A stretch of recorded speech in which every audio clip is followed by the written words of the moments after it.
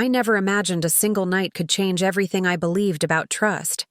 It started as an ordinary evening. I was scrolling through my phone, waiting for him to text me back like I always did, but the silence was heavier than usual. Something inside me whispered that this night wouldn't be like the others. Yet I tried to push the feeling aside. After all, I had always trusted him.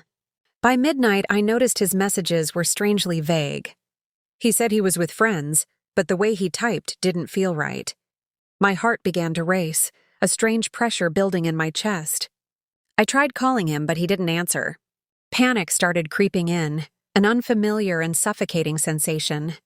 My mind went back and forth between denial and fear, each second stretching longer than the last.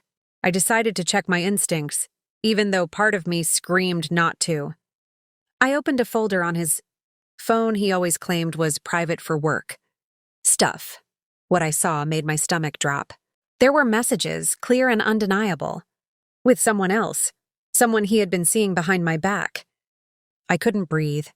The words swirled in my mind, every betrayal cutting deeper than the last. I sat on the edge of the bed, trembling, unable to speak. My hands shook and the room felt like it was closing in around me.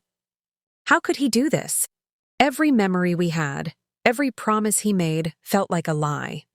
I tried to rationalize it, to convince myself that maybe there was an explanation, but the messages were brutally clear.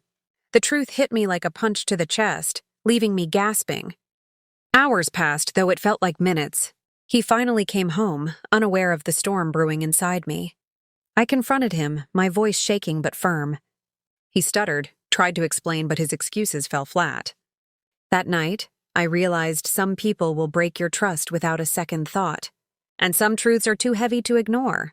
The air in the room felt thick, every breath a reminder of the betrayal I couldn't escape. By the time dawn broke, I had made my decision.